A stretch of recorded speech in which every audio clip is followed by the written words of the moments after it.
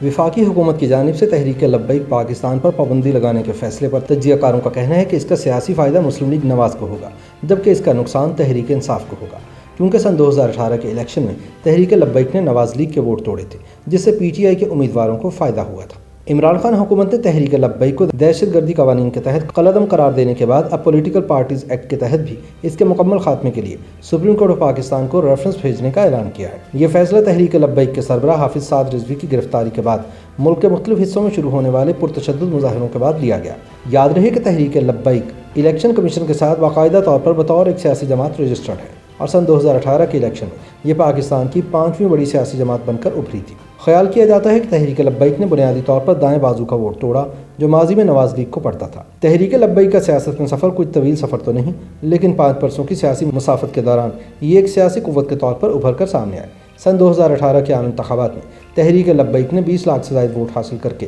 حیران کن طور پر پاکستان کی 5ویں بڑی سیاسی جماعت اور سب سے بڑی مذہبی سیاسی جماعت بننے کا معرکہ سر انجام دیا تھا۔ تجزیہ کاروں کے مطابق تحریک لبیک کو پذیرائی ملنے کی سب سے بڑی وجہ مسلم لیگ نون کی حکومت کی جانب سے الیکشن ایکٹ کا متنازع قانون منظور کروانا بنا، اور یہی وجہ رہی ہے کہ ماضی میں پنجاب میں مذہبی رجحانات رکھنے والے ووٹرز نے مسلم لیگ نون کی بجائے تحریک لبیک کو ووٹ دینے کا فیصلہ کیا۔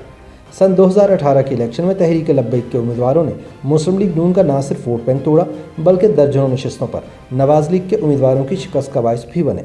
اس کا ثبوت یہ ہے کہ درجنوں سیٹوں پر لیگی امیدواروں کی شکست کا مارجن تحریک لبیک کے امیدواروں کو ملنے والے ووٹوں سے کم تھا۔ تحریک لبیک کی سیاسی قوت کا اندازہ لگانے کے لیے سن 2018 کے چند حلقوں کے انتخابات پر نظر دوڑائیں تو بڑے بڑے سیاسی برج قومی اسمبلی کی نشست جیتنے میں کامیاب نہیں ہو پائے تھے۔ سابق وزیر اعظم شاہد خاقان عباسی، سابق وزیر صحت سائرہ افضل تارڑ، سابق وزیر مملکت طلال چودھری، عابد شیر علی اور دیگر لیگی رہنما سن 2018 کے انتخابات میں قومی اسمبلی کی نشست جیتنے میں ناکام رہے اور ان کی شکست کا مارجن چند ہزار ووٹ تھے، جبکہ تحریک لبیک کے امیدواروں کے حاصل کردہ ووٹ شکست کے مارجن سے زیادہ تھے۔ حتیٰ کہ وزیر اعظم عمران خان لاہور کے حلقہ NA 131 میں سعد رفیق کے مقابلے میں اپنی نشست چند سو ووٹوں سے جیتنے میں کامیاب ہوئے، جبکہ اس حلقے میں تحریک لبیک کے امیدوار کو 9000 سے زائد ووٹ ملے تھے۔ سیاسی مبصرین کے مطابق مسلم لیگ نون کو گزشتہ انتخابات میں قومی اسمبلی کی 15 سے 20 نشستوں پر تحریک لبیک کی وجہ سے شکست ہوئی۔ سینئر صحافی اور تجزیہ کار سہیل وڑائچ کے خیال میں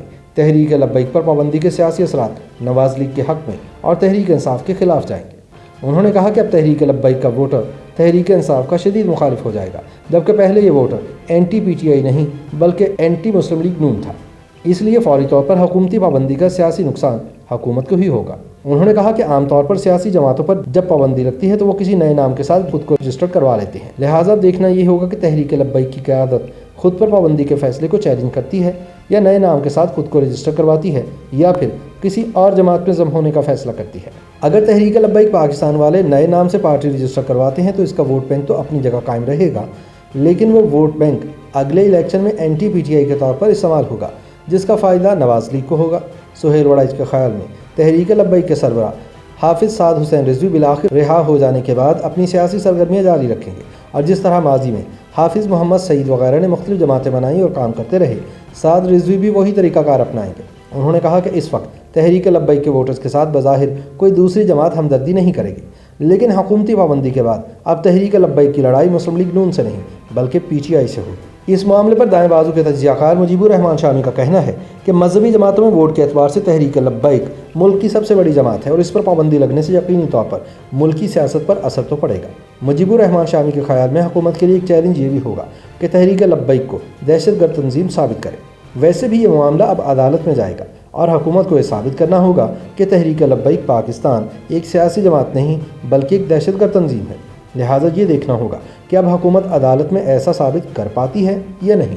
مجیب الرحمان شامی کے بقول تحریک لبیک انفرادی طور پر کوئی بڑی سیاسی طاقت تو نہیں تھی، لیکن انتخابی نتائج پر کافی حد تک اثر انداز ہوتی رہی ہے۔ ان کا کہنا تھا کہ تحریک لبیک پاکستان کی اسمبلیوں میں تو کوئی خاصی تعداد نہیں، لیکن یہ کسی بھی انتخاب میں حمایت یا مخالفت کر کے انتخابی نتائج متاثر کرنے کی بھرپور صلاحیت رکھتی ہے، جیسے اس نے گزشتہ انتخابات میں مسلم لیگ نون کے ووٹ بینک کو متاثر کر کے ثابت کیا۔ مجیب الرحمان شامی کے خیال میں تحریک لبیک کے ووٹر ماضی میں مسلم لیگ نون کے ووٹرز رہے ہیں۔ اب دیکھنا ہوگا کہ تحریک لبیک کا ووٹ بینک تحریک انصاف کی مخالفت میں استعمال ہوتا ہے یا کسی کے حق میں استعمال ہوگا۔